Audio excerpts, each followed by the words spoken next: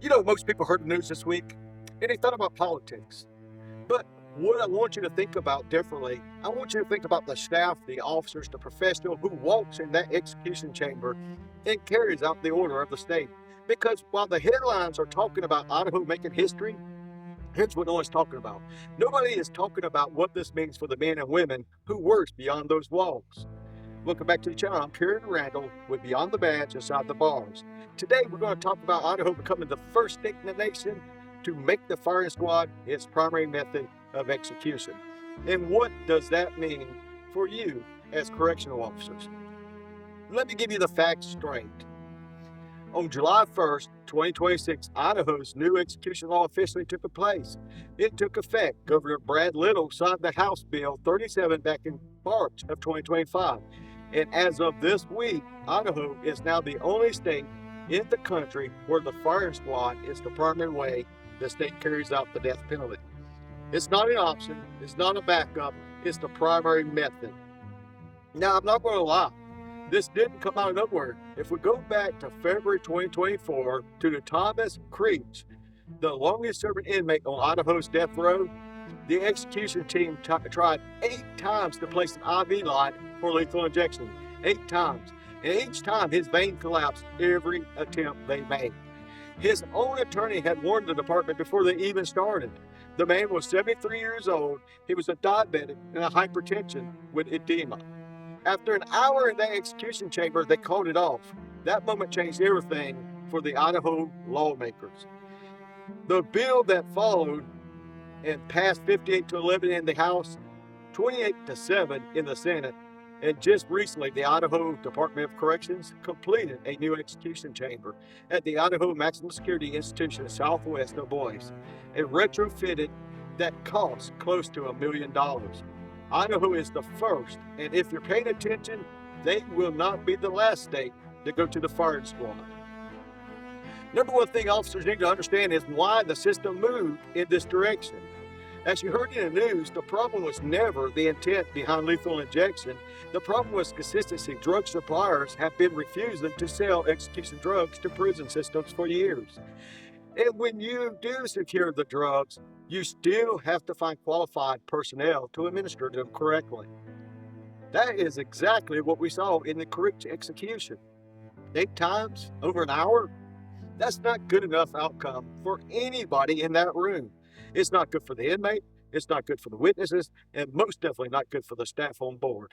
The firing squad eliminates the supply chain problem entirely.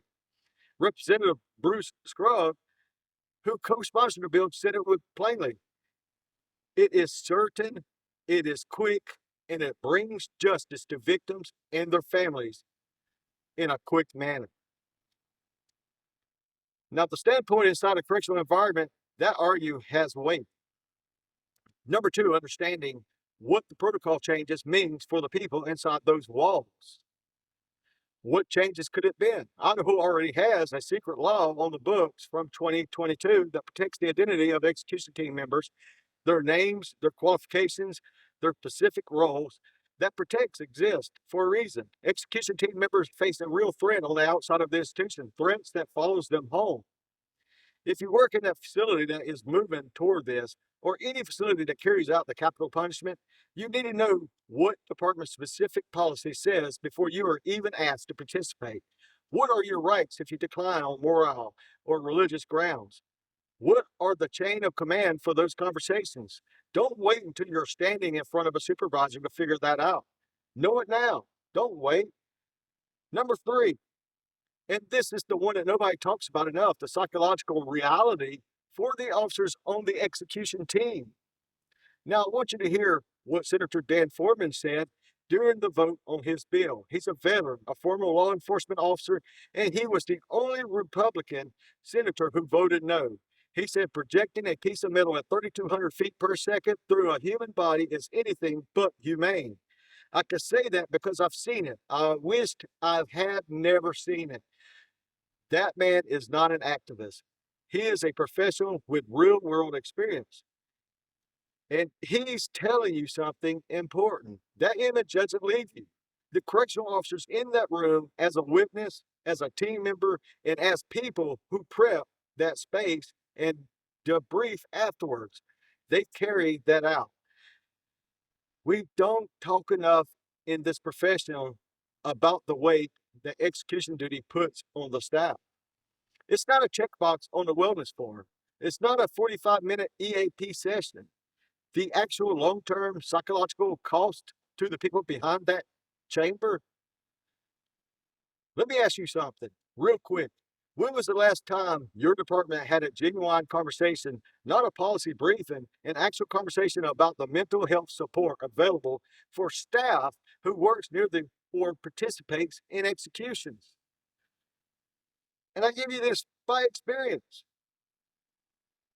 We do executions in my area all the time. I have never in my nearly 18-year career have heard anybody talk about psychological information on anything. Drop a comment below if your facility has protocols for that. I want to know what's actually happening out there. Let me know what you guys are thinking. If you're finding this content valuable and hit the like button, subscribe right now. We put out awareness content for correctional professionals every week, and you don't want to miss it. Here's the biggest picture you need to understand. Idaho is the first, but it's not the one state story. South Carolina carried out 3 firing squad executions in 2025 alone. Mississippi, Oklahoma, and Utah already have it authorized as an option. The movement away from lethal injection is real and it's spreading because the drug supply problem has never been solved. It's just been managed badly for years.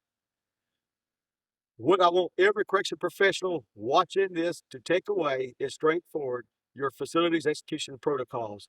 It is not a permanent, unchanged document. It evolves. When it changes, your administration has a responsibility to talk to staff about what the new protocol means for your role and what support resources exist and about your rights.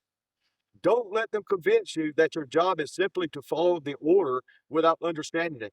You are not just a mechanism in that process. You are a human being who works inside those walls, and what happens behind those gates becomes home with you, whether you're invited or not. It's nothing personal. That's just reality of working in the system that includes capital punishment.